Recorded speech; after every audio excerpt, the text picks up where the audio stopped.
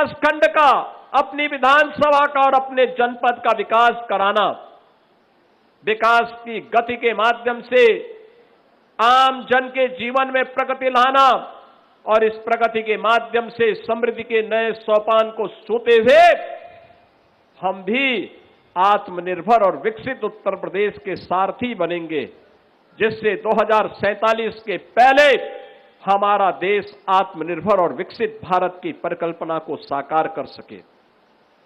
यही कारण है कि आज संत कबीर नगर जनपद में कांग्रेस और समाजवादी पार्टी के भ्रष्ट आचरण के कारण जो कताई मिल बंद हो गई थी, आज उसको प्रारंभ करने के लिए फिर से कार्य योजनाएं प्रारंभ हो रही है। ये सीजन याद करिए, ये सीजन संत कबीर नगर, गोरखपुर, बस्ती, सिद्धार्थनगर, कुशीनगर, देवरिया, ये बीमारी, इस क्षेत्र के लिए बीमारी और यूपी को बीमारू राज्य ये कांग्रेस और समाजवादी पार्टी ने दिया था। पाप ये करते थे, भुक्तभोगी आपको होना पड़ता था, यहां के नौजवानों को होना पड़ता था, यहां के बच्चों को होना पड़ता था। भ्रष्टाचार इनका और खामियाजा हमारे बच्चों को भुगतना पड़ता था। वे समय काल कलवित होते थे। आज बहनों और भाइयों, बीमारी को भी समाप्त किया और माफिया को भी समाप्त किया। माफिया मुक्त, कर्फ्यू मुक्त उत्तर प्रदेश। पर्व और त्योहार के पहले हमें कभी मैदावल में, कभी बखिरा में, कभी खलीलाबाद में, कभी धनघटा में दुर्गा पूजा पंडाल लगाने के लिए आना पड़ता था, दुर्गा मूर्ति विसर्जन के लिए आना पड़ता था, रामनवमी के जुलूस को, शोभा यात्रा को आगे बढ़ाने के लिए आना पड़ता था। अब मैं कह सकता हूं, मैं लखनऊ से ही देख सकता हूं कि आपकी शोभा यात्रा और आपका मूर्ति का पंडाल सुरक्षित है, कोई भय नहीं। चलते हुए किसी बेटी को कोई गुंडा छेड़ नहीं सकता है। ईमानदारी के साथ व्यापार करने वाले किसी व्यापारी के साथ कोई जबरदस्ती नहीं कर सकता है। उसे मालूम है बेटी के साथ छेड़खानी की और व्यापारी के व्यवसाय में अनावश्यक हस्तक्षेप करके लूटपाट करने का प्रयास किया तो खामियाजा एक ही होगा, या तो जेल जाना पड़ेगा या जहन्नुम की यात्रा के लिए तैयार रहना पड़ेगा।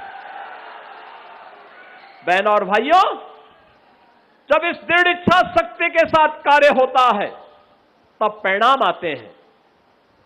पहले आज जब हम तामेश्वरनाथ धाम की बात करते हैं, कॉरिडोर बनाने की बात करते हैं, तो बहनों और भाइयों, ये धाम में कॉरिडोर बनाने की बात इसलिए हो पा रही है क्योंकि हमारे पास पैसा है। हमारी भगवान शिव के प्रति, देवादिदेव महादेव के प्रति हमारी आस्था है। भारत की विरासत का हम सम्मान करना चाहते हैं। इससे पहले पैसा था, लेकिन यही पैसा कब्रिस्तान की बाउंड्री वाल के नाम पे खर्च हो जाता था। ये पैसा कहीं पे संत कबीर एकेडमी के लिए नहीं खर्च होता था। संत कबीर तो निर्गुण धारा के थे। उन्होंने जितना मुस्लिम कट्टरपन के खिलाफ कहा, उतना ही हिंदू कट्टरपन के खिलाफ भी कहा। लेकिन हिंदू ने उन्हें पूजा है और मुसलमान दूर से भी नहीं छूना चाहता है। यही अंतर है, यही अंतर है। आज संत कबीरदास जी के नाम पे एकेडमी बनती है, ऑडिटोरियम बनता है और साथ साथ बाबा तामेश्वर नाथ धाम के कॉरिडोर के निर्माण के लिए भी हम कार्य कर रहे हैं। मैंने तो कहा है तामेश्वर नाथ धाम के लिए जितने लोग वहां बसे हुए हैं, उनको हम मुआवजा देंगे, बसाने की व्यवस्था करेंगे। वे लोग सहयोग करेंगे तो आने वाले कई 100 वर्षों के लिए, आने वाली पीढ़ी के लिए एक उत्तम धाम का निर्माण हो जाएगा। पैसे की कमी नहीं, पैसा हम दे देंगे। वे सहयोग तो करें। बैजूनाथ धाम का मंदिर बीच में क्षतिग्रस्त हुआ था। हमने धर्मार्थ कार्य विभाग को कहा है जल्दी से उसका प्रस्ताव मंगाओ, वहां पे भी कोई कार्य होना चाहिए, बैजूनाथ धाम में भी होना चाहिए काम। बहनों और भाइयों, आपकी आस्था को सम्मान देने वाली सरकार होगी तो ही विकास करा पाएगी। जिनके मन में आपकी आस्था के प्रति सम्मान का भाव नहीं, वे विकास भी नहीं करा सकते।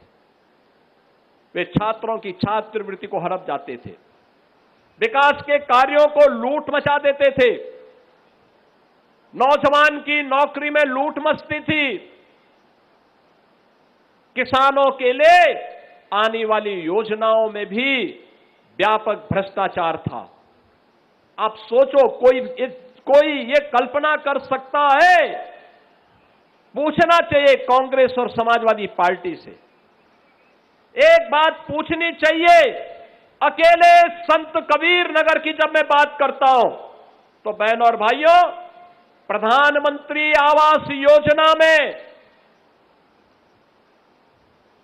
ग्रामीण और शहरी को मिलाकर के अगर संत कबीर नगर में हम देखेंगे 95,000 परिवारों को एक एक आवास मिला है। 95,000 परिवारों को।